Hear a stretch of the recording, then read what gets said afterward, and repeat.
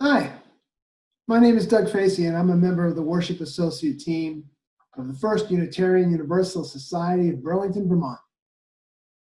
Unitarian Universalists come from many spiritual backgrounds and traditions, and we welcome all who share in our commitment to building a world community based on equity, justice, compassion, peace, and respect for the environment which supports us all. So whoever you are, wherever you are, wherever you come from or wherever you're going, you are welcome here. Thanks so much for taking the time to join us. To learn more about who we are, please click on the link at the end of this video or go to our website. Feel free to tell us who you are, and if you wish, we can get back to you to answer any questions that you may have. Many thanks to Sam Whitesell and James Stewart for their musical and technological contributions to make this online worship possible. And also special thanks today to the Reverend Peter Newport, who will be leading this service. Also, happy Father's Day to all the dads out there. But I'd also like to acknowledge the important roles of all adults, parents, grandparents, uncles and aunts, guardians, and others who support and guide children in our communities. We're about to begin, so get a chalice or a candle if you wish, perhaps a beverage, and get comfortable.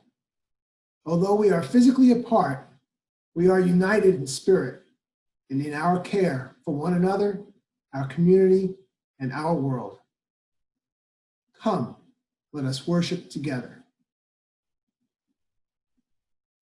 Get a little creative around the house.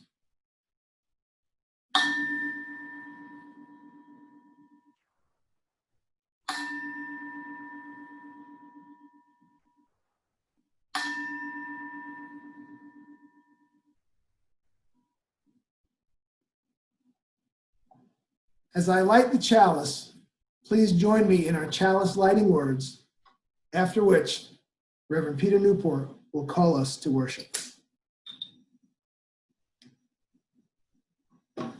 We kindle this chalice flame to remind ourselves of the light of truth, the warmth of community, and the fire of commitment.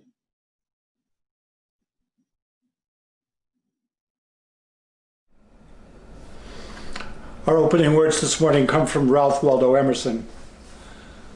The purpose of life, he says, is not to be happy, it is to be useful, to be honorable, to be compassionate, to have it make some difference that you have lived and lived well. It's not the length of life, but the depth that matters. What lies behind you and what lies in front of you pale in comparison to what lies within you. To laugh often and much, to win the respect of intelligent people and the affection of children, to earn the appreciation of honest critics and to endure the betrayal of friends, to appreciate beauty, to find the best in others, to leave the world a bit better, whether by a healthy child, a garden patch, or a redeemed social condition, to know that even one life has breathed easier, because you have lived. This is to succeed.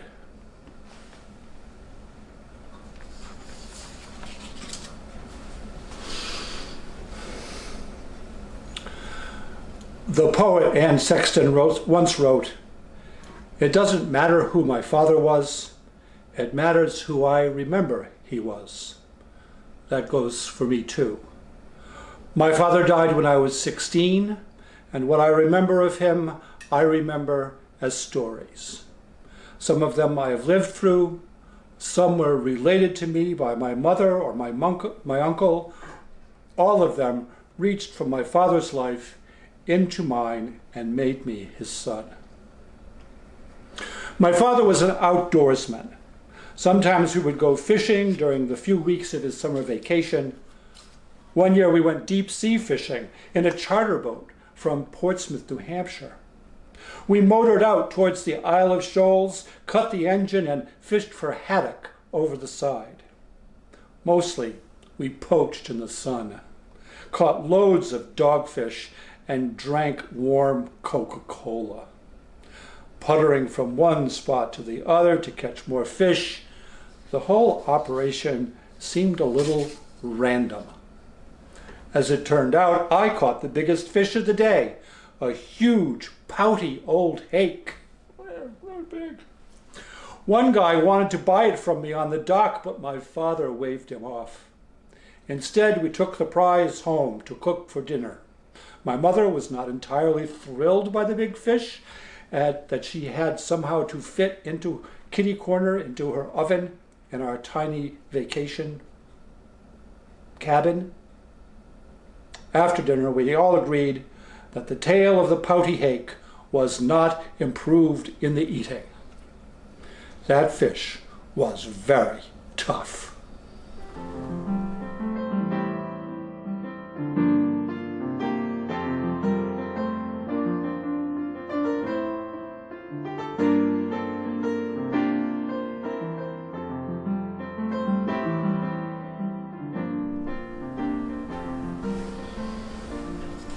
For our meditation this morning, I want to read you one of my very favorite poems by Mary Oliver. We'll have the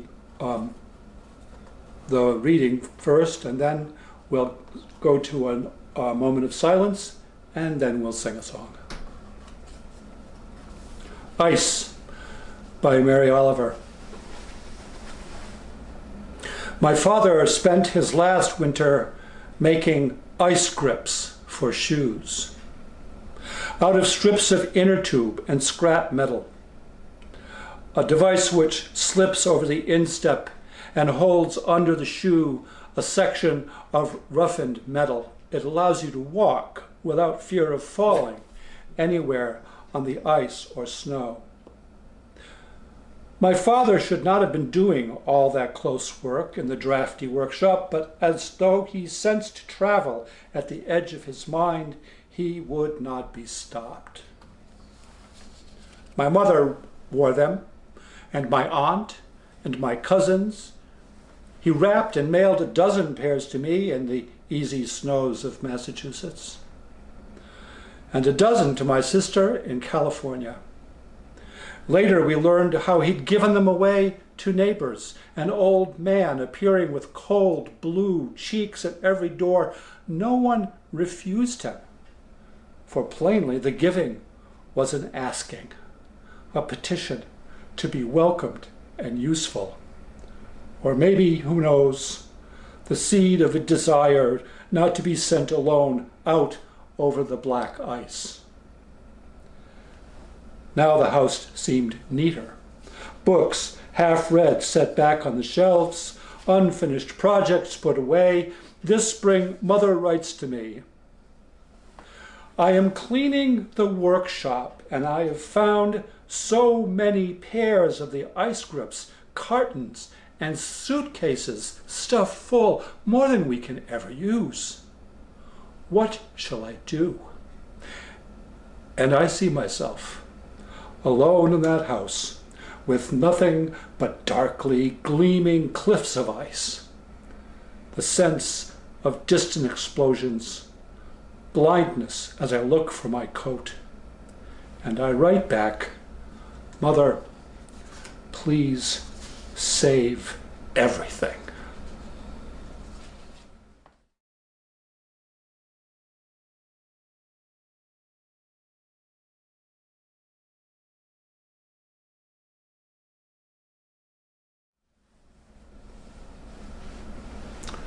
Let's sing together hymn number 124.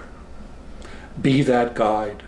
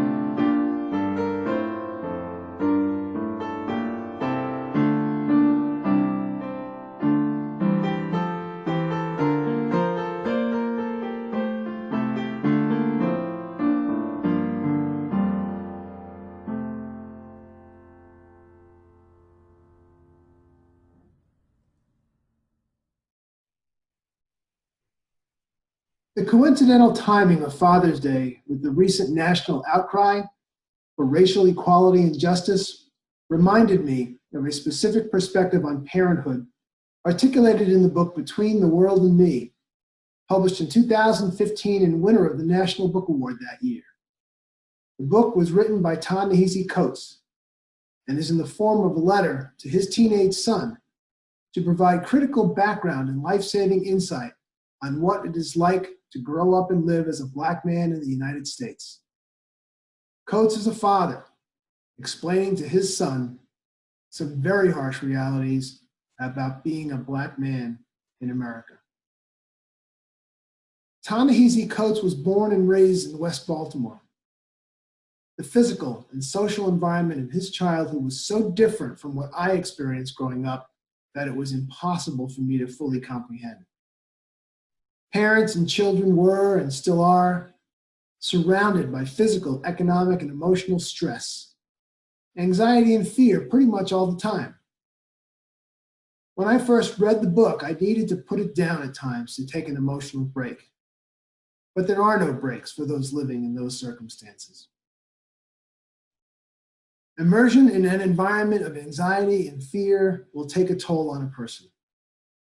The stress alone can harm the immune system and make one more vulnerable to a wide variety of diseases and other negative health consequences. Limited access to health care and local environmental conditions too often make things even worse. These are undoubtedly some of the reasons that people of color, especially African Americans, have such high rates of health concerns such as high blood pressure, heart disease, diabetes, asthma, problem pregnancies, high infant mortality rates, and susceptibility to COVID-19. No parent wants this for their kids. But depending on where you live and how society treats you based on the color of your skin, it may be difficult to avoid. Over a century of racial discrimination in housing has left a legacy of environmental and health injustice that affects people of color today. By sharing his own story with his son, as he does in this book, Ta-Nehisi Coates was being a good parent, informing his son of the dangers of being Black in America and how to live through it and hopefully build a life in the future. Doing this in a way that could be shared with the rest of us is a valuable contribution to all of us. In addition to cautioning his son on the dangers of being Black in America, Coates also expressed gratitude to his son for helping him to become a better person. He recognizes the importance of taking on the responsibilities of raising a child, putting the needs of others before our own, and understanding how our actions and attitudes set examples, both good and bad, for the children who look to us for guidance. This really struck a chord with me. I know that being a parent has helped me to become a better person. None of us is perfect. We all make mistakes from time to time. But recognizing them, taking responsibility, and making a real effort to not repeat them should be part of being a responsible adult. And it can be a particularly good example for the children around us. Understanding that you play a critical role in forming the hearts and minds of young people should help you become a better person. And for that, let's all thank the young people in our lives.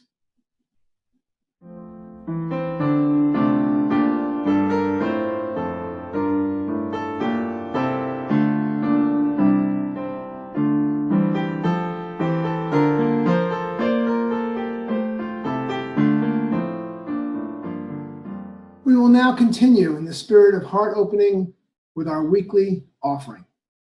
Half of our collection this week will be shared with Free Black Mamas, the National Bailout Initiative, which is a Black-led and Black-centered collective devoted to building a community-based movement to support Black parents and end systems of pretrial detention and ultimately mass incarceration. The offering will now be received with gratitude.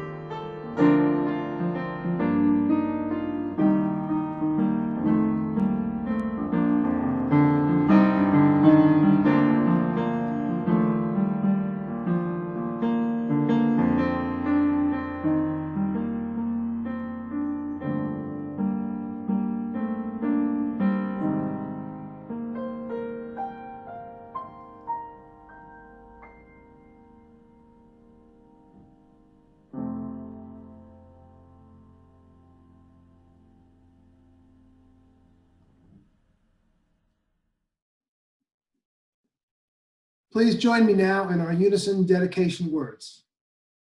With gratitude, we dedicate these gifts in the service of our mission to inspire spiritual growth, care for each other in our community, seek truth, and act for justice.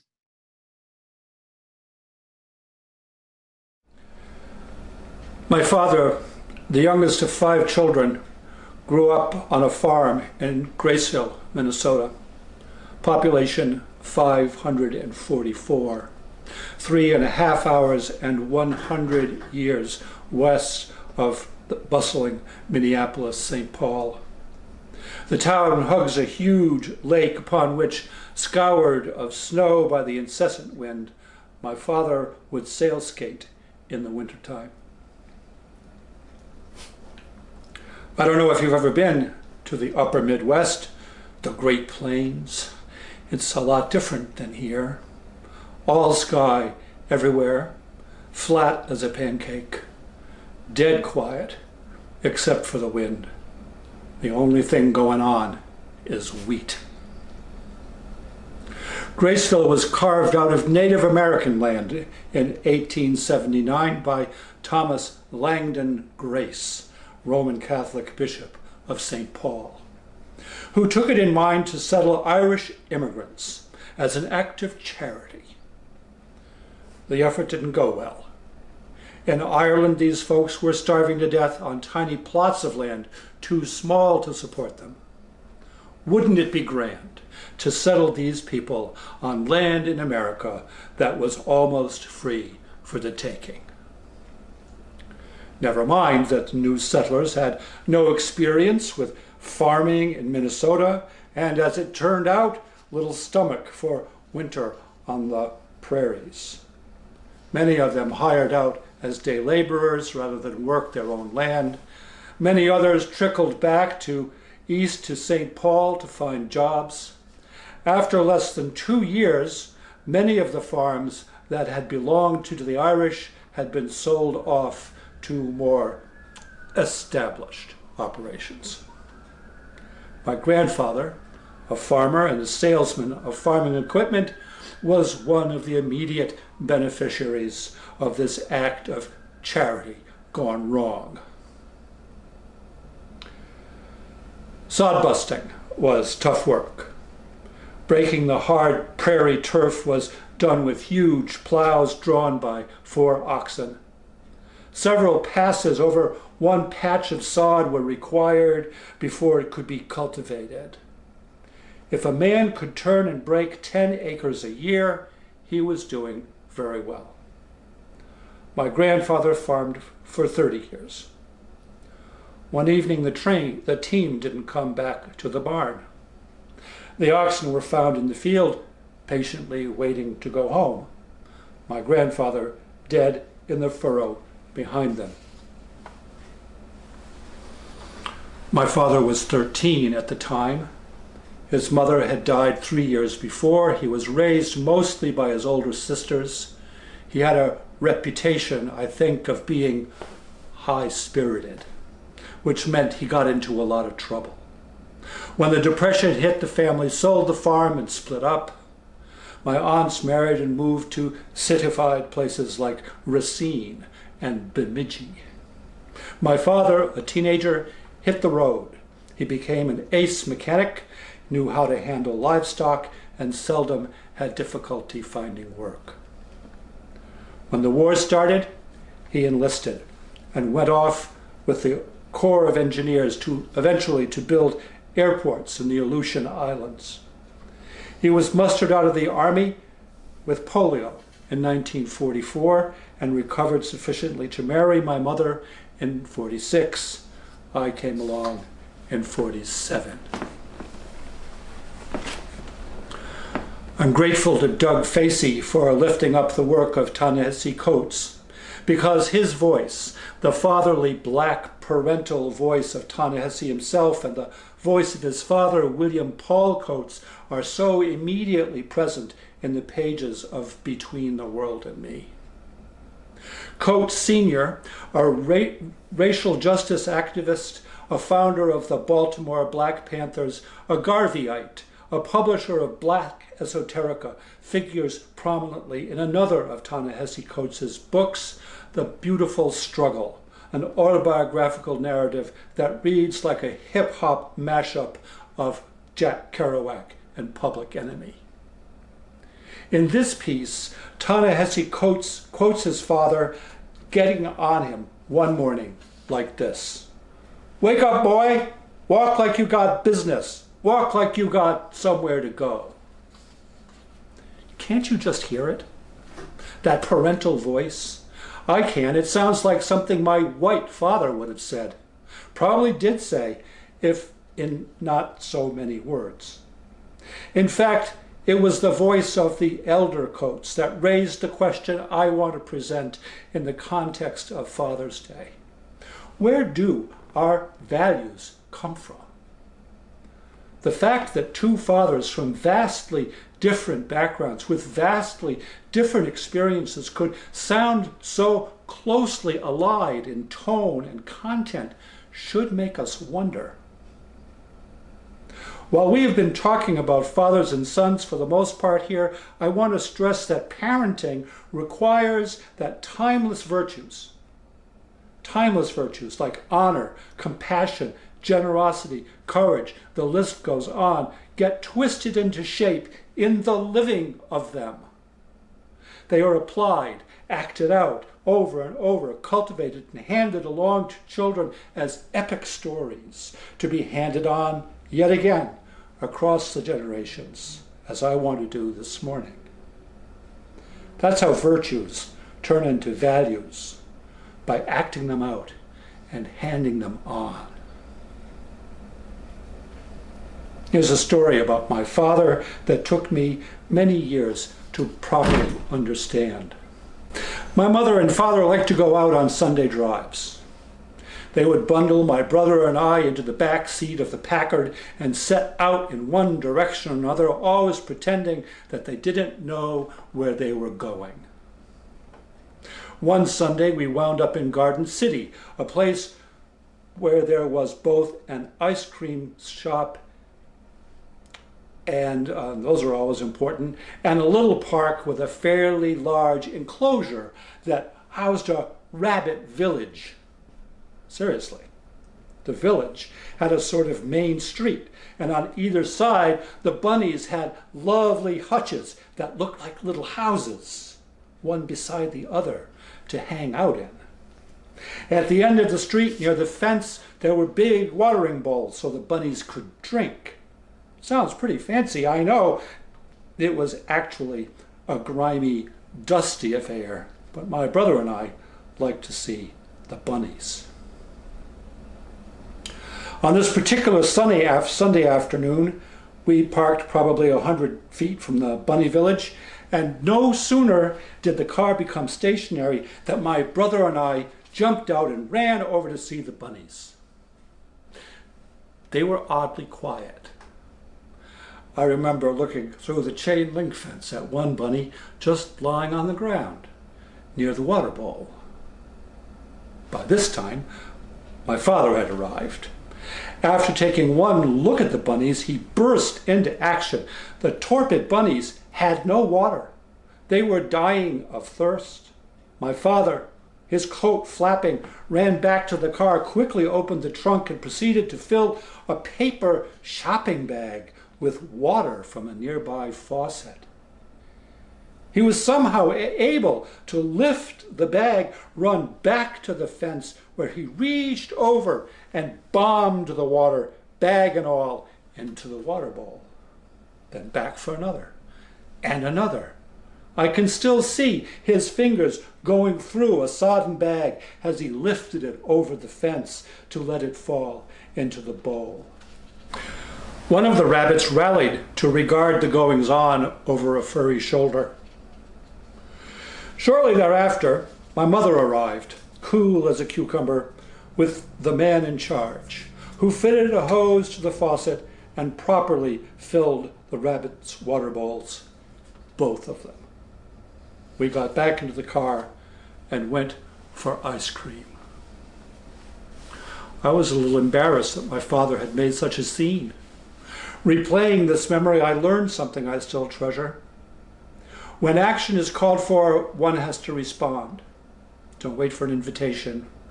Don't worry about looking funny. At coffee hour, by the way, this morning Orlando will sing, children will listen, and Sam will accompany. It's one of my very favorite songs. We couldn't record it on YouTube. So come to coffee hour. Don't wait for an invitation. Don't worry about looking funny. So may it be.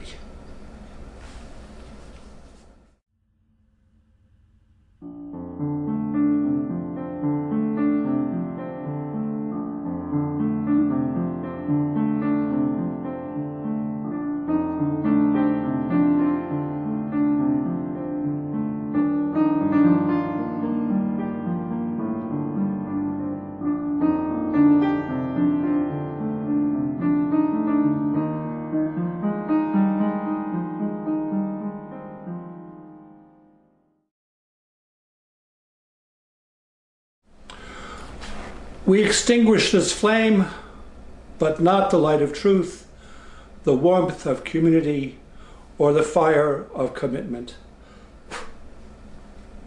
These we carry in our hearts and share with the world until we are together again.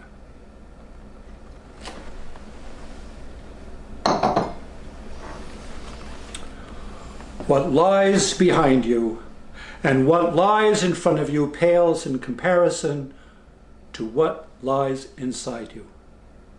Dare to live the life you have dreamed for yourself. Be not the slave of your own past. Plunge into the sublime seas. Dive deep and swim far so you can come back with self-respect and new power, with advanced experience that shall explain and overlook the old. Happiness is a perfume you cannot pour on others without getting some on yourself. Go in peace.